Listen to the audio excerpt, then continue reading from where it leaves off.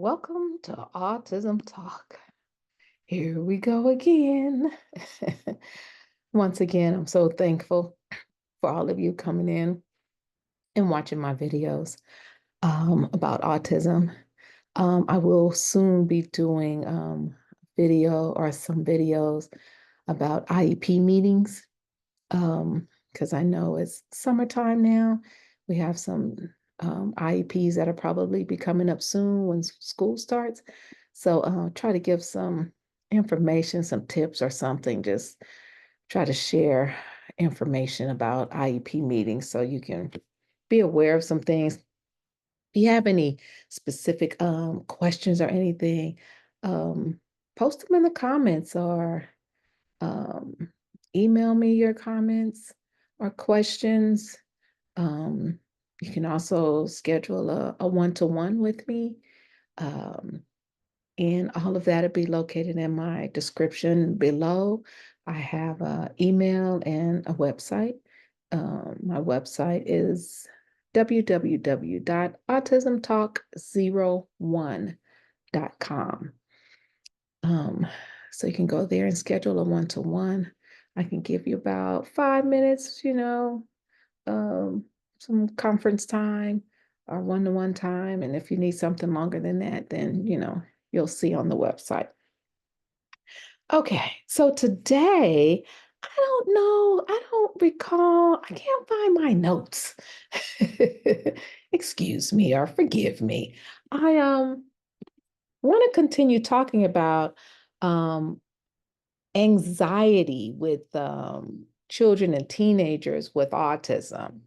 I think on my last video, I kind of shared some information about anxiety in autistic children and teenagers. I want to share some signs of anxiety that you may look for, and then kind of focus on some triggers of anxiety, because we all have anxiety. Please don't think you do not have anxiety. Yes, you do. There are things that you fear or you worry about that may happen, something that's coming up. So we all have those different anxieties, whatever it may be. And for us, we know what our triggers are and everything, and we have to pay attention to others and their triggers, okay? What may trigger some of those anxieties that happen in our children, in adults, in whomever, okay? And that's a good way of preventing some of the anxiety that would happen or some of the meltdowns that you might, experience. Okay, so let's go ahead and get this show on the road. I'm going to start with signs of anxiety in autistic children and teenagers. I'm not going to really elaborate on it. I just want to share some information with you. And you might experience some of these or something that's familiar or close to it or whatever, but just giving you some ideas of some things. Okay, so when an autistic child gets worried or anxious, just like us, like one without autism. You understand? They get worried about things, they become anxious. That's not weird. That's not different. Okay. Just be able to identify it. Okay. Don't dismiss them as we do with our children. You too young, me having any worries or concerns. No, they're not too young to have worries and concerns. Okay. Now, the way children with autism show their anxiety can look a lot like common characteristics of autism, okay? Stimming, that could be flapping their hands, that could be messing with something, that could be, constantly messing with their shirt, or tapping, or rocking. Those are stimmings, okay? Special interest, they just stay focused on one thing and nothing else because they're trying to avoid everything else. And sometimes it might be resistance to changes in routine. You've messed up the routine for today.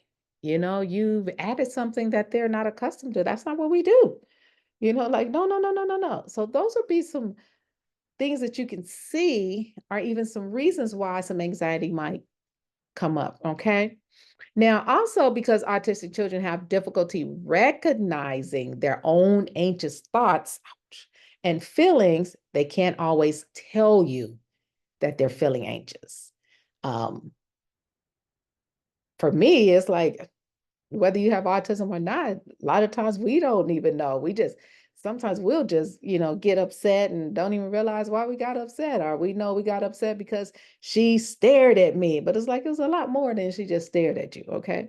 But just keep in mind, people with autism, that is one of the definitions for having autism. Those social cues and having challenges with social interactions or encounters. Okay, so they're not able to identify their anxieties. All right. Um, so they're unable to identify those feelings, and instead, you might notice an increase in challenging behavior. So now they're acting out, and you ask them what's wrong, they'll be like, I don't know, nothing. I don't know. Well, why did you do that? I don't know. They don't. They just acting out because they're unable to um, verbalize their anxieties. Okay. So we have to plug in or ask questions, the right questions, and keep, kind of poking or whatever, trying not to poke, to find out what's going on, or observe and see what happened. What was going on? Why did he start doing it? Oh, I did say. Okay. For example, anxious children with autism have more trouble sleeping. Pay attention to their sleeping habits, okay? They might not be able to sleep. They might be up all night. They might be up all night playing that video game. They might just be up all night. They might be up all night watching TV. They might have a hard time sleeping. They may be anxious about something. They may be anxious about something. Um, they might have meltdowns or emotional outbursts. Yes, meltdowns. We know those as tantrums, such a negative connotation to that word. So they may have a meltdown. Meltdowns can be seen different kinds of ways. Meltdowns could be they just shut down, don't want to say anything. Or there's this fly flying around in here. I'm sorry. Or with the meltdowns, they could just, get to screaming and hollering. They could be, socking something, punching the walls, throwing things, hitting you, chasing you, just hitting. It could be running, trying, running away or eloping, leaving the house, running down the street, screaming and hollering. You never know how that meltdown is. Because you've seen the way your child or person have a meltdown. They may have an emotional outburst. Okay. That's them, just letting it scream, out, crying excessively, just those emotions that you're like, what's going on? Okay. Something else is avoid or withdraw from social situations. They might avoid it, just totally avoid it because it's building up anxiety for them. They just is too much, it's too much. So they don't want to interact with other people. They want to stay alone and by themselves and everything. They want to play by themselves and no, don't come over here and talk to me or play with me or whatever. Or they enter in a room and they find a quiet place by themselves or sit on the couch and don't interact with anyone else. They have something else to do. They're trying to avoid those social situations. So do know those are anxious moments for them. They're expressing anxiety at that time. Their meltdown or their interaction at that time could be just as quiet, or it might be coming over. Is it time to go yet? Are we leaving yet? How many more minutes? Because they're good with time.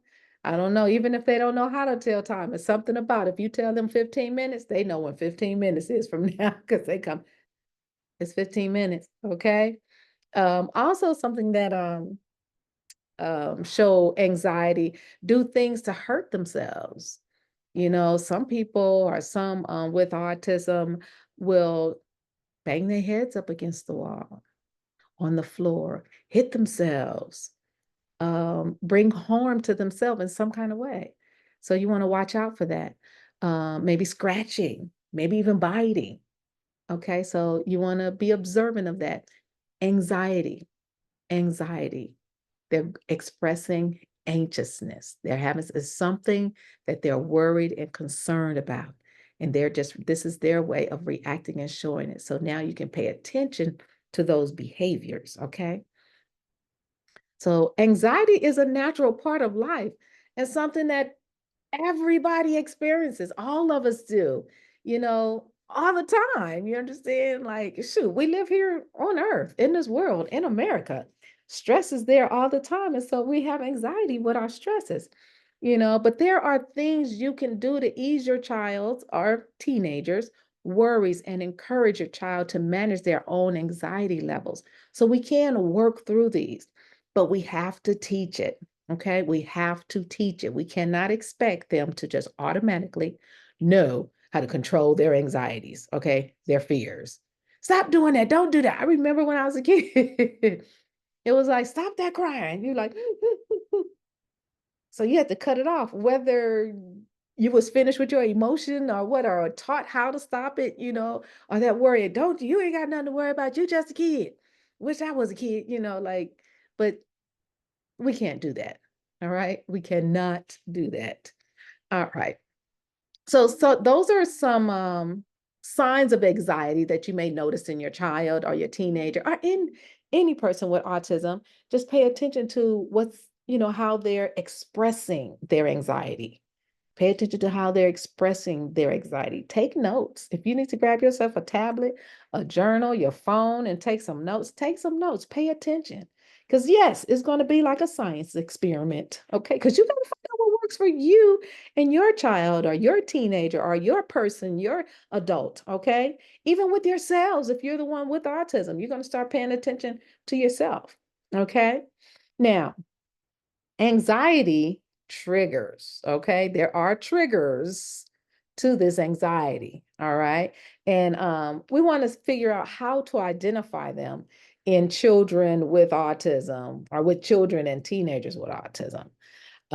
So we have to pay attention to when they have those meltdowns or those outbursts or their way of expressing their anxiety. Usually we don't notice the anxiety until they actually have done something, that caught our attention. And by that time, the anxiety has already happened and they probably in the process of the anxiety or the anxiety is over. We done missed what made the anxiety come on. All right. So what we want to pay attention to now is what made the anxiety come on. Okay.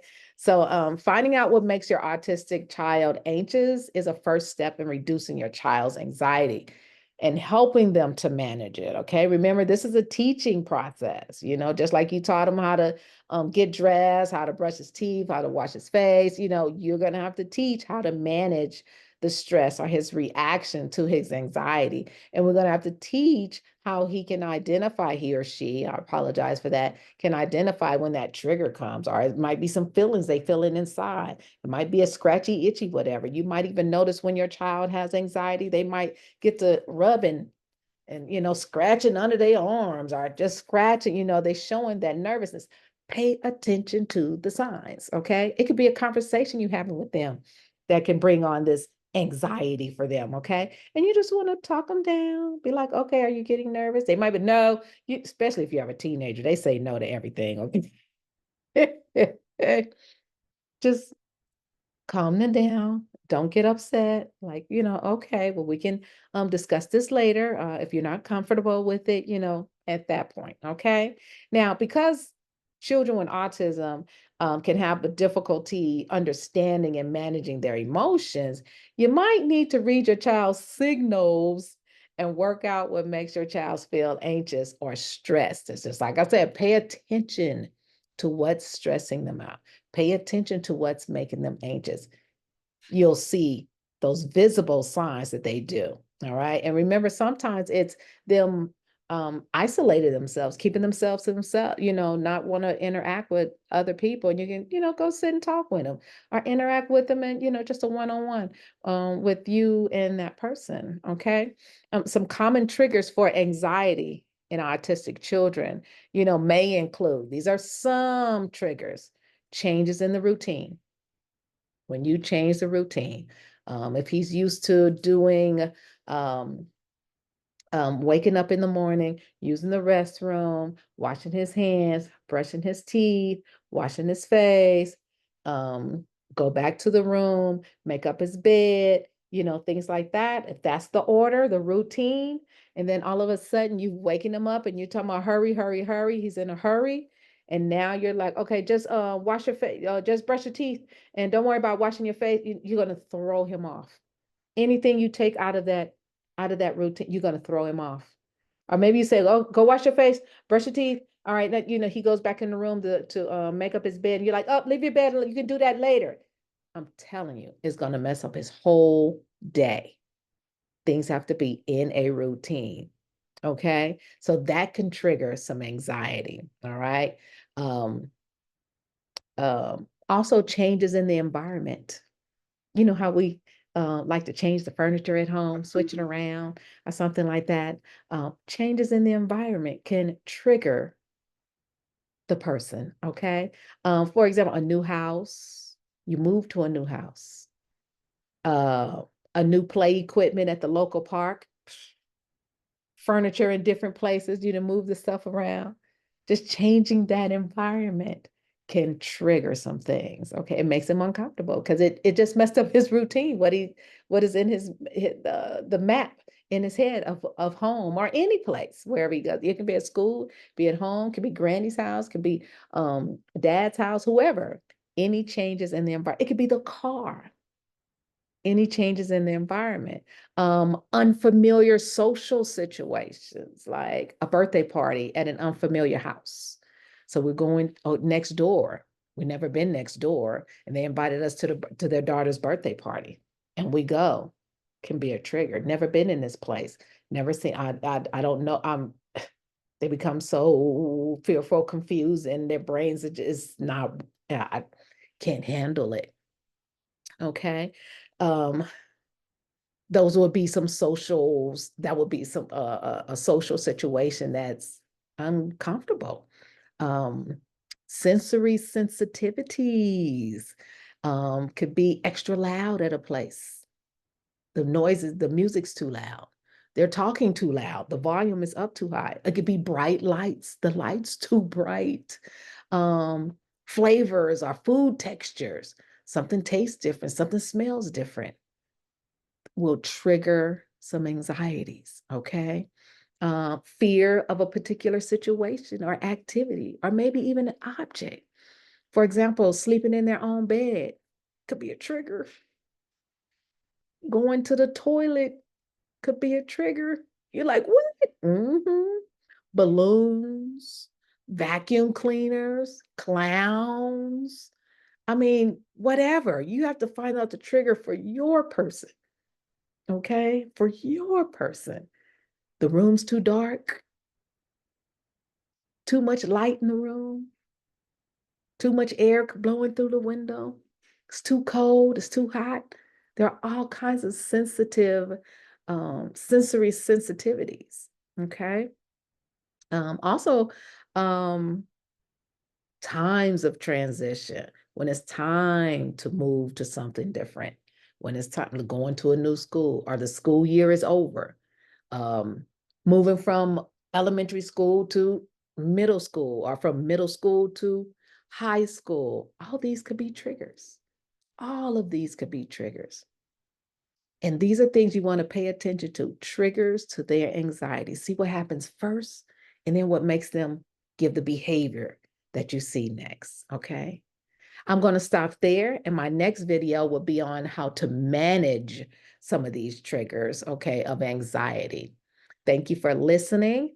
Um, Make sure you subscribe. Make sure you share the YouTube channel and have those subscribe and like the videos. I'm really looking forward to your comments on the video.